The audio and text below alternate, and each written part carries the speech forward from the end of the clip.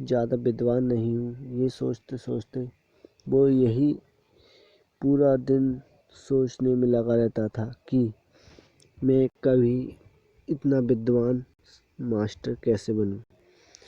लेकिन उसके दिमाग में यही चलते चलते के कारण वो अपनी सारी कहानी अपने दोस्त को बताने के लिए सोचने लगता है कि अपने दोस्त को मैं ये कहानी बताऊं कि नहीं बताऊं, कोई मेरी विश्वास करेगा या नहीं करेगा। इस प्रकार वो सोचते सोचते अपने दोस्त के लिए मन में ठान ही लेता है कि बताऊंगा। तो उसके दोस्त कहता है, तुमने मुझे बताया, मुझे अच्छा लगा। आप भी विद्वान हो, या आप विद्वान हो लेकिन आपको लगता नहीं है कि मैं विद्वान हूँ।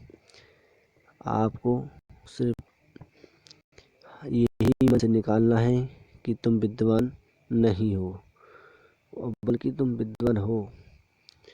अब स्कूल का टाइम हो रहा है, चलो बच्चों को पढ़ाने चलना है। वहीं पर एक बच्चा आ जाता है और एक लड़की से खाने की बात करता है। लड़की मना कर देती है कि मैं नहीं खाऊंगी, मुझे पढ़ना है अभी। वो पढ़ रही होती है और काम कर रही होती है अपने स्कूल का।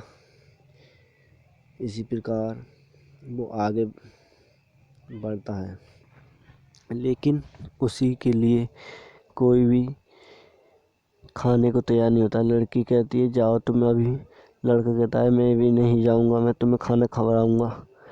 लेकिन उसी दौरान लड़की सोचने लगती है कि मुझसे इतना जिद कर रहा है तो टाइम हो जाता है छुट्टी का।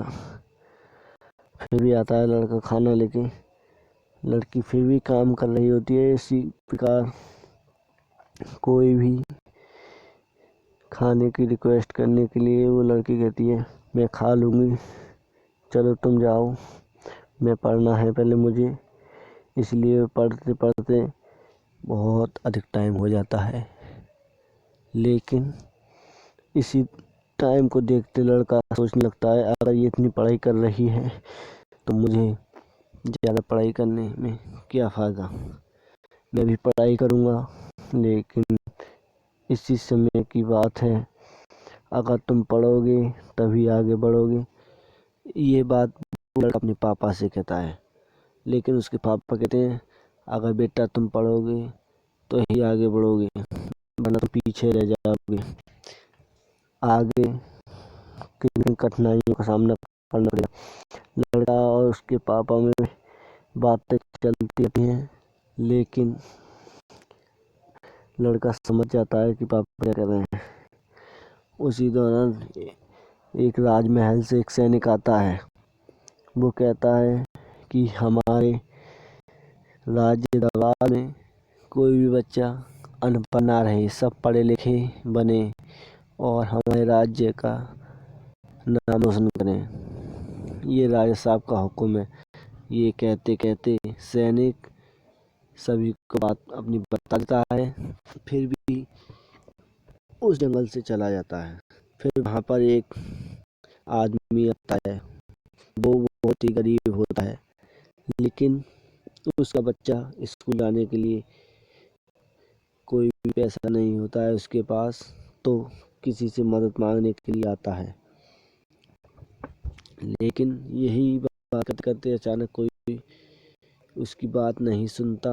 फिर भी वो यही मन में सोचता रहता है कि अब मैं क्या करूं, अब मैं कहाँ जाऊं और मेरे बच्चे कैसे पढ़ेंगे आगे।